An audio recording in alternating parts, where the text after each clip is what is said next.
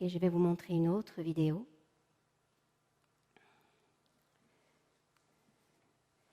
Une vidéo qui s'appelle la Still Face Experience. C'est l'expérience du visage impassible. Babies this young are extremely responsive to the emotions and the reactivity and the social interaction that they get from the world around them. This is something that we started studying 30, 40 years ago, when people didn't think that infants could engage in social interaction. In the still face experiment, what the mother did was she sits down and she's playing with her baby who's about a year of age. Vous voyez l'attachement, comment ça se déroule. And she gives a greeting to the baby gives a greeting back to her. This baby starts pointing at different places in the world, and the mother's trying to engage her and play with her. They're working to coordinate their emotions and their intentions, what they want to do in the world. And that's really what the baby is used to. And then we ask the mother to not respond to the baby. The baby very quickly picks up on this. And then she uses all of her abilities to try and get the mother back. She smiles at the mother. She points because she's used to the mother looking where she points. The baby puts both hands up in front of her and says, "What's happening here?" She makes that screechy sound at the mother, like, "Come on, why aren't we doing this?" Even in this 2 minutes, when they don't get the normal reaction, they react with negative emotions, they turn away, they feel the stress of it. They actually may lose control of their posture because of the stress that they're experiencing.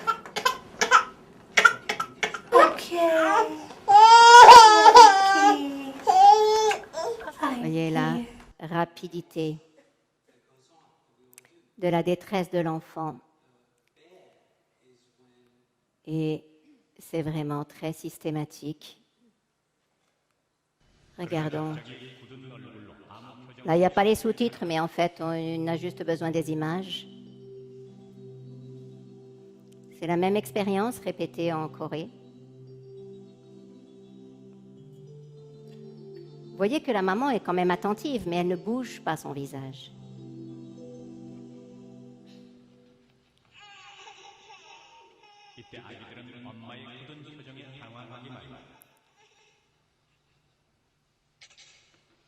Et ce qui est impressionnant, c'est voir comment ces bébés se désorganisent complètement.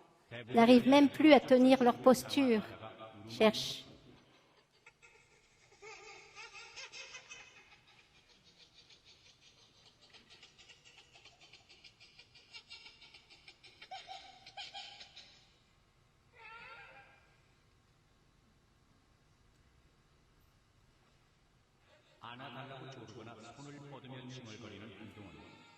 자신이 통제할 수 없는 이 상황을 엄마가 해결해 주기를 바라는 이유입니다.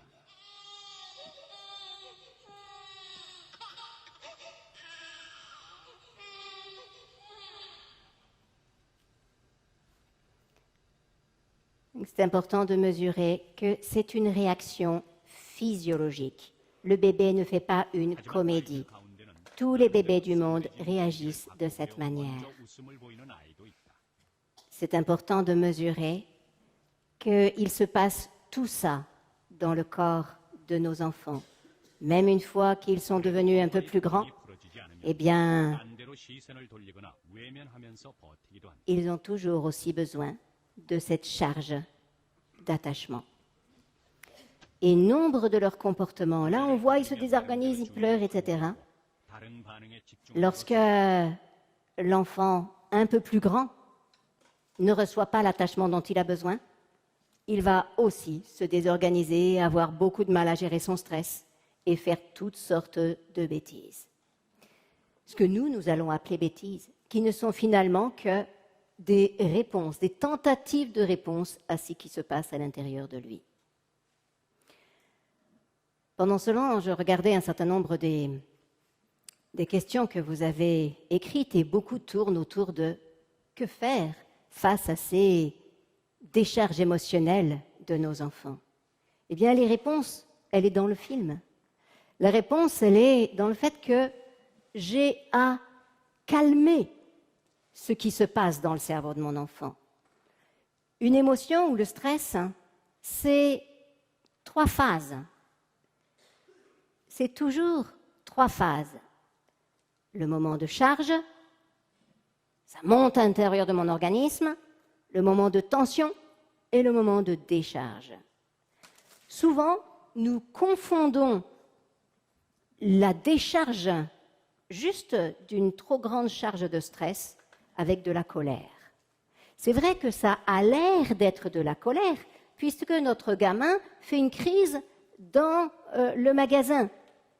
On vient de lui dire « non, je ne t'achèterai pas cette petite voiture » et on lui explique qu'il en a 25 des petites voitures, qu'il y en a déjà, qu'on n'a pas d'argent, qu'on avait dit que cette fois-ci on venait au magasin. Voilà, on essaye d'expliquer, nous. Et on est dans le verbal. Ça ne répond pas à ce qui se passe dans le corps de l'enfant. Un enfant petit, il arrive dans un magasin, déjà sa mère est stressée, elle regarde, machin. Ensuite, lui, il voit tout ça, il voit sa mère qui prend des trucs et qui met dans le caddie, lui aussi prend un truc et met dans le caddie. Mais non, il n'a pas le droit, il faut remettre.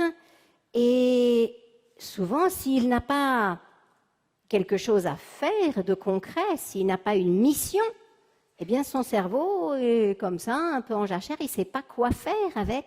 Pour peu qu'il ait eu une journée un peu difficile avant et qu'on ait justement choisi de faire les courses en rentrant de l'école, ça va être probablement très difficile pour son cerveau d'arriver à canaliser toutes ces tensions. Et donc au moment où on va lui dire non sur la petite voiture, à ce moment-là, il va hurler. Mais il ne hurle pas pour la voiture. Nous croyons qu'il est en train de faire une crise de colère. Ça n'est pas de la colère. Comment faire la différence entre une colère et une crise de rage? Une colère, c'est dirigé vraiment frontalement contre vous. Il vous regarde et vous dit « non, je ne veux pas ». Ça, c'est de la colère. Mais s'il est complètement comme ça dans tous les sens, ce n'est qu'une décharge de stress. Et donc, il a utilisé le petit détail qui vient de se passer pour lâcher tout ça. Que faire? Maintenant que j'ai vu tout ça, je sais que j'ai à rétablir l'attachement. L'urgence, c'est de lui mettre suffisamment de fuel, de carburant, pour qu'il puisse récupérer la capacité à gérer ce qui se passe à l'intérieur de lui. Donc, s'il est tout petit, je l'attrape, enfin, je l'emmène sur le parking, je plante mon caddie, je l'installe sur ma cuisse avec le regard vers l'extérieur, les 2 petites jambes qui tapent des 2 côtés, et je serre bien et je lui dis « vas-y, crie fort ». C'est pour ça que je me mets sur le parking. Et si je lui dis ça, crie fort, alors attention au cri. Au moment où il crie, je lui appuie un petit peu sur le ventre. Parce que s'il crie « ah », ça ne va pas l'aider, il va crier de plus en plus. Il a besoin de crier « ah » plus du ventre. C'est un petit truc. Appuyez sur le ventre au moment où il crie. Tu cries fort, je t'appuie sur le ventre. Ah ! Comme ça, ça aide à expulser. Et il a besoin juste d'un cri en général pour calmer. Après, je peux le retourner et faire un grand câlin. Et après, on peut retourner, finir les courses éventuellement. Peut-être on n'a plus tellement envie d'ailleurs. Mais, ah ouais, oui, on n'a plus envie. On croit qu'il y a tous les gens qui vont nous regarder, qui vont juger qu'on est une mauvaise maman, un mauvais papa. Mais non. Même s'ils pensent ça, c'est juste parce que leur amygdale leur donne des informations comme quoi, voilà. Nous pouvons les regarder avec tendresse, tous ces gens qui vous seraient tentés de nous juger. Parce qu'en fait, s'ils nous jugent, c'est seulement parce qu'ils ont peur. Donc, on les rassure. On leur dit « j'ai la situation sous contrôle, tout va bien. Je donne de la tendresse, je remplis le réservoir de mon enfant, vous inquiétez pas. »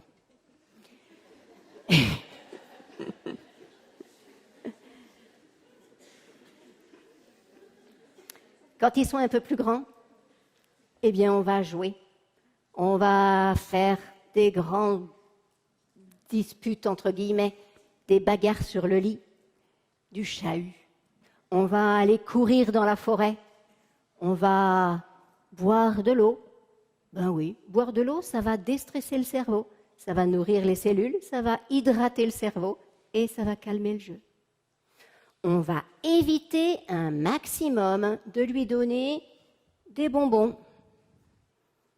Quelquefois, on est tenté, pour que ça se passe mieux, de dire « Allez, je t'achète un truc ». Et on lui achète un bonbon. Qui veut bien lire ce qu'il y a écrit sur ce bonbon? C'est vrai, il faut emmener une loupe, hein, quelquefois. Voilà, vous lisez la zone en français. Un micro pour madame.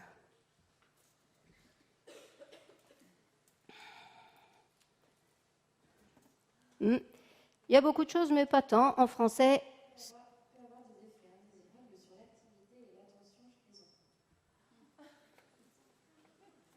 Et voilà, peut avoir des effets indésirables sur l'attention et l'activité des enfants. Concrètement, ça veut dire quoi? Ça veut dire que ça rend hyperactif, incapable de gérer les émotions et ça rend incapable de se concentrer. Vous imaginez bien que si l'Europe a réussi à obtenir des industriels que ce soit écrit, c'est qu'ils ont un max de documents, d'études qui le prouvent. Donc oui, il y a un certain nombre d'additifs alimentaires qui vont déclencher de l'hyperactivité presque à tous les coups pour que ce soit écrit sur les bonbons. Alors les grandes marques ont quand même enlevé le E211, par exemple, qui est particulièrement nocif et qui va déclencher l'hyperactivité, mais beaucoup des sous-marques vont encore avoir de tous ces produits. Est-ce qu'on peut vraiment en vouloir à nos enfants d'être énervés, hyperactifs, de ne pas arriver à se concentrer, de faire des grandes crises, si on leur donne ça comme carburant dans leur cerveau? E211 va asphyxier les cellules. Ça empêche l'oxygène de pénétrer dans les cellules. Évidemment, quand on imagine « Oh, je te donne du E211 », on voit les petites cellules du cerveau qui s'asphyxient. « Ouh, on ne veut plus lui donner. » Bonne idée. Il y a toutes sortes de choses que nous ignorons sur la nourriture qu'ingèrent nos enfants. Et malheureusement, les pouvoirs publics ne sont pas ultra vigilants sur ces histoires-là. Le bœuf, qui a été nourri au maïs, on se dit chez le boucher, wow, du bœuf nourri au maïs, le maïs c'est bon pour la santé, donc tout va bien. Sauf que du bœuf nourri au maïs, ça va faire baisser le niveau d'oméga 3, ces bons oméga dont on a absolument besoin pour justement nourrir notre cerveau, et ça va multiplier de 10 à 20 fois les oméga 6 qui sont inflammatoires. Ça veut dire qu'un gamin qui vient de manger un steak d'un bœuf qui a été nourri au maïs, eh bien, il est comme quand on est malade, en inflammation. Est-ce qu'on peut vraiment lui demander de faire un devoir de maths correctement? Le sucre est aussi un sacré excitant. En France, on ignore le problème, tellement que François Hollande a décidé d'accepter, enfin, a même donné à l'industrie sucrière tout pouvoir pour éduquer nos enfants. Tout ce qui va se passer dans l'école sur la nutrition, c'est l'industrie sucrière et le reste un petit peu l'industrie du lait. C'est scandaleux. Alors qu'on sait que le sucre va majorer la violence, qu'un afflux de sucre important dans le sang va provoquer des pics de glycémie et d'hypoglycémie, va vraiment perturber de manière importante les capacités de gestion émotionnelle de l'enfant. Les études aux États-Unis sont spectaculaires. Sur 800 000 enfants dans l'État de New York, ils ont supprimé le sucre seulement au collège, à midi. Ils ont vu une spectaculaire modification des résultats scolaires. Les enfants devenaient... ils ont monté de plusieurs points leur réussite. Ça ne s'était jamais vu dans tous les États-Unis. À peu près dans toutes les écoles où ça a été fait, mais aussi dans des prisons, là où on peut vraiment voir ce qu'on donne aux gens, eh bien, en enlevant le sucre, tout ce qui est sucre blanc, sucre raffiné. Ah, raffiné, ça a l'air joli, c'est raffiné. Ben, raffiné, ça veut juste dire qu'on a enlevé tout ce qui est nutritif dedans. Il ne reste plus que ce qui va déclencher le pic de glycémie. Alors évidemment, ça fait du « Ah, on se sent bien avec ça » parce que ce pic de glycémie va aussi directement solliciter une petite zone dans le cerveau qui est la zone de récompense. C'est la zone qui est sollicitée dans les addictions. Et donc évidemment, dès qu'on mange du sucre, on a envie de sucre derrière. Et ils y vont à mettre du sucre dans les sodas, dans les bonbons, dans les gâteaux, etc., pour nous rendre addicts, pour rendre nos ados, pour rendre nos enfants addicts à tout ce sucre. Quand on supprime ce sucre, les farines blanches, tout ce qui est raffiné, la violence et les incivilités, c'est-à-dire même écrire sur les murs, embêter le professeur, répondre, les incivilités baissent de 47 à 51% selon les études. C'est énorme, 47 à 51% juste parce qu'on arrête le sucre. Et donc ce serait drôlement important qu'on commence à réfléchir là-dessus. Et de voir que si notre enfant fait une crise de rage et que je ne sais pas comment arrêter cette crise, qu'il ait 2 ans ou 8 ans, plutôt que de le punir, le mettre dans sa chambre, oui, parce que pour l'attachement, mettre dans sa chambre, ça ne va pas l'aider beaucoup. Je peux peut-être voir qu'est-ce qu'il a mangé, qu'est-ce qui se passe dans son cœur.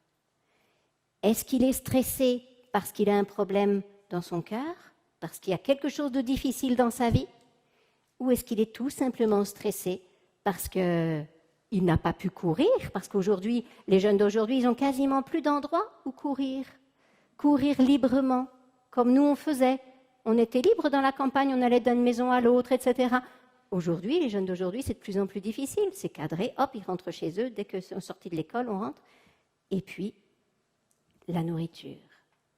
Et donc, quelquefois, il y a tous ces facteurs conjugués qui font que notre enfant est ingérable. C'est vrai que les enfants d'aujourd'hui ne sont pas les enfants d'hier. C'est vrai qu'aujourd'hui, c'est beaucoup plus difficile qu'hier. Mais ça n'a rien à voir avec une soi-disant crise de l'autorité. La France est le pays le plus autoritaire d'Europe. Le plus autoritaire de toute l'Europe. Et un des seuls pays qui continue à résister à l'idée de prendre une loi contre la fessée. Comment ça se fait? Nous ne sommes pas dans une crise d'autorité. En revanche, c'est vrai que l'autorité, ça ne fonctionne pas quand tout simplement notre enfant a mangé une sucette comme ça. On ne peut pas, avec de l'autorité, empêcher des phénomènes physiologiques dans le corps d'un enfant. Donc, pour réagir face au comportement de nos enfants, nous avons à tenir compte de ce qui se passe à l'intérieur d'eux, de ce qui se passe dans leur corps, quel niveau de stress. Parce que charge, tension, décharge mène à relaxation. Une fois que mon enfant a crié, hurlé sur le parking, il est détendu. Une fois qu'il s'est bien bagarré, qu'il a tapé sur le punching ball, qu'il a sauté sur le trampoline, il est détendu. Mais si je ne lui permets pas de décharger ce stress, oui, il va rester en tension, forcément. Le stress est un phénomène physiologique dans l'organisme. L'amygdale ne va pas s'arrêter tout d'un coup, sous prétexte qu'on a posé une limite. Donc, l'enfant reste en tension et il y a un moment où ça va se décharger. Ça va se décharger face à ma figure d'attachement ou ça va se décharger à l'école contre des petits copains qui sont moins forts que moi. Ça va se décharger contre des animaux. Ça va se décharger ailleurs.